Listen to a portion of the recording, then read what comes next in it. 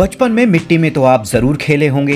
वो यादें भी आज तक हर किसी के जहन में जिंदा है। जब बच्चे मिट्टी में खेलते थे, लेकिन बदलते वक्त में मिट्टी भी खतरे में आ गई है। इसी मिट्टी को बचाने के लिए सदगुरु ने सेव सॉइल यात्रा शुरू कर रखी है। 70 दिनों की जमीनी यात्रा के बाद यूरोप और मध्य पूर्व से होते हुए सदगुरु मिट्टी बचाव यात्रा के आखिरी हिस्से में अब हिंदुस्तान में हैं। आज बात सदगुरु की मिट्टी बचाओ अभियान की। नमस्कार दोस्तों, ब्रेन बिल्डर में आपका स्वागत है। 100 दिन, 27 से ज्यादा देश और 30,000 किलोमीटर की यात्रा। सदगुरु का ये वो अभियान है जो मिट्टी बचाने के लिए है। मिट्टी बचाओ सदगुरु की तरफ से चलाया गया एक ऐसा आंदोलन बन गया है जिसमें दुनिया के बड़े बड़े देश उनसे जुड़ रहे हैं।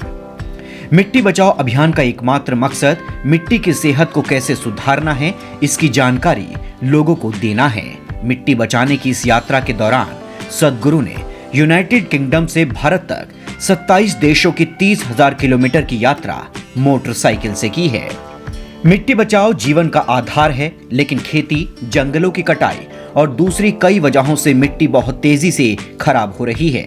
दुनिया में 52% खेती की भूमि पहले ही खराब हो चुकी है। धरती संकट में है। अगर मिट्टी इसी तरह से खराब होती रही तो इस धरती पर जीवन भी खत्म हो जाएगा। लगभग हर बड़ा पर्यावरण का संकट कुछ हद तक मिट्टी की क्वालिटी के खराब होने का ही एक परिणाम या लक्षण है। इसी तरह पर्यावरण से संबंधित लगभग हर समस्या को मिट्टी को स्वस्थ बनाकर सुलझाया जा सकता है। सदगुरु सेव सॉइल के लिए 100 दिन में 30,000 किलोमीटर की यात्रा के मिशन पर निकले। इस दौरान सदगुरु बर्फ, रेतीले, बारिश और शून्य के नीचे के तापमान में पहुंचे। यात्रा के दौरान उन्होंने 27 देशों में राजनेताओं, मिट्टी विशेषज्ञों, नागरिकों, मीडिया कर्मियों और बड़े बड़े लोगों से मुलाकात की और मिट्टी बचाओ अभियान में शामिल होने को कहा। खास बात यह है कि मिट्टी बचाओ आंदोलन ने अपनी पहुंच 2 अरब से भी ज्यादा लोगों तक बनाई है। दुनिया के 72 देश मिट्टी बचाओ मिशन के लिए काम करने के लिए तैयार हुए हैं।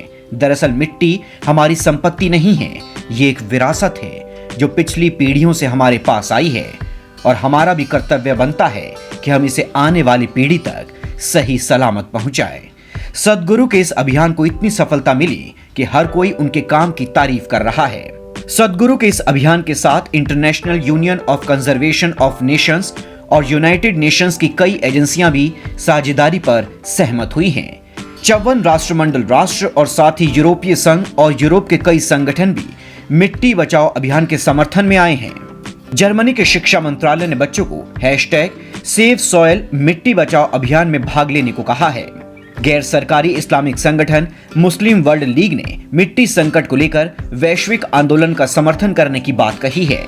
दुनिया भर के हजारों ताकतवर लोगों, मशहूर हस्तियां, खिलाड़ी, पत्रकार और वैज्ञानिकों ने अपनी आवाज उठाने और मिट्टी को लेकर जागरूकता फैलाने के लिए हामी भरी है।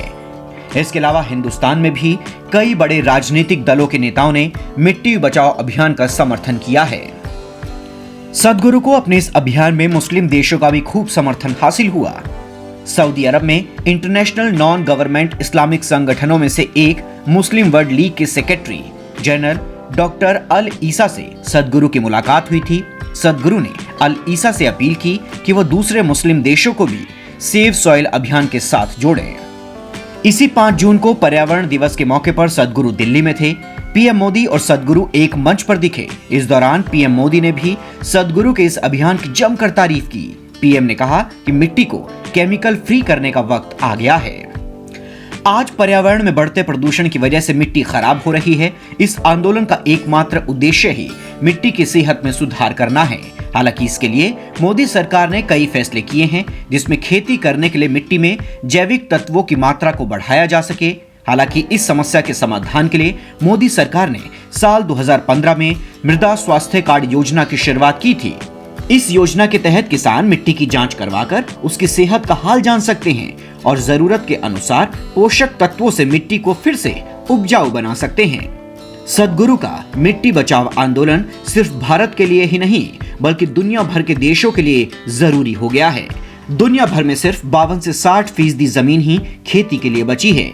ऐसे में अगर जल्द से जल्द रासायनिक उर्वरकों और कीटनाशकों के इस्तेमाल को रोका नहीं गया तो उपजाऊ मिट्टी हमेशा हमेशा के लिए खत्म हो जाएगी। मिट्टी बचाओ अभियान यात्रा कावेरी नदी के बेसिन में खत्म होगी। यहीं पर सद्गुरु ने कावेरी कॉलिंग परियोजना शुरू की थी। इस परियोजना के तहत 1,25,000 किसानों ने मिट्टी और कावेरी नदी को पुनर्जीवित करने के लिए 62 मिलियन पेड़ लगाए हैं। तो ये था ईशा फाउंडेशन के संस्थापक सद्गुरु का मिट्टी बचाओ अभियान। आप भी इस अभियान का हिस्सा बन सकते हैं। आप भी मिट्टी को बचाने के लिए आगे आइए।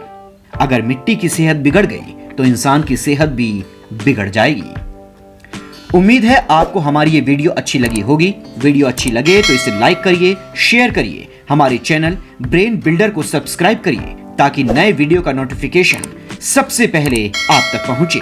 नमस्कार।